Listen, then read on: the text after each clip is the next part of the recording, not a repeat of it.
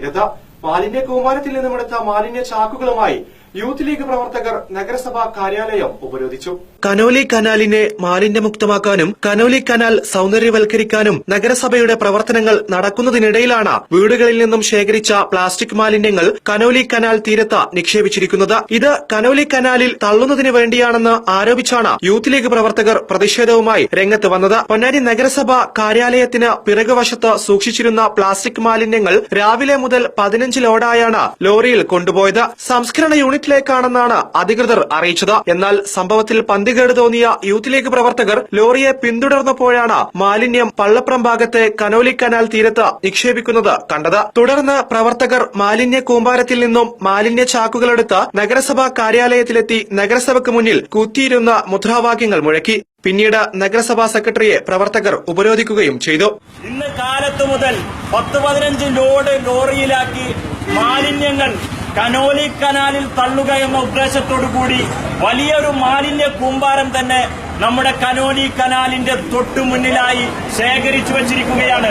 ഇത് രാത്രിയുടെ മറവിൽ തോട്ടിലേക്ക് ആ കനാലിലേക്ക് തള്ളിവിടാനുള്ള പദ്ധതിയായിരുന്നു. നമ്മുടെ ഈ പള്ളപ്പുറം കനാലിൽ ഇപ്പോൾ നിങ്ങൾക്ക് അവിടെ ചെന്നാൽ വ്യക്തമായി കാണാൻ കഴിയും.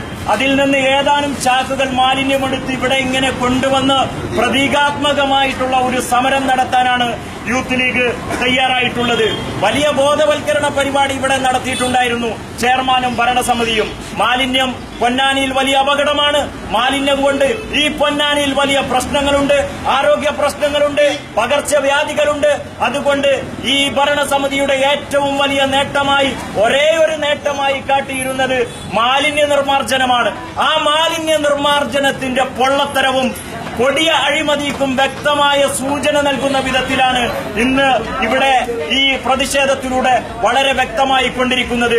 ക്ലീൻ പൊന്നാനി, സുന്ദരി പൊന്നാനി, അങ്ങനെ ഒരുപാട് മനോഹരമായ പേരുകൾ നൽകിക്കൊണ്ട് പൊന്നാനിക്കാരെ വളരെ മനോഹരമായി കബളിപ്പിക്കുകയായിരുന്നു പൊന്നാനിയിലെ ഭരണസമിതിയും ചെയർമാനും. എന്നാൽ മാലിന്യങ്ങൾ സ്വകാര്യ വ്യക്തിക്ക് നൽകിയതാണെന്നും 2 ദിവസത്തിനകം പ്രശ്നത്തിന് പരിഹാരം കാണുമെന്നും സെക്രട്ടറി ഉറപ്പു നൽകി. പ്രതിഷേധത്തിന് CP Shihab, Nalakath Mansoor, N Fazlur Rahman, Shabeer BM, Ashraf Ponnani, MP Nisar എന്നിവർ നേതൃത്വം നൽകി. ജാതിമത ചിന്തകൾക്ക് അതീതമായി മനുഷ്യസ്നേഹത്തിന് വില കൽപ്പിക്കണമെന്ന് യൂത്ത് ലീഗ് സംസ്ഥാന ഉപാധ്യക്ഷൻ ഫൈസൽ ബാഫക്കി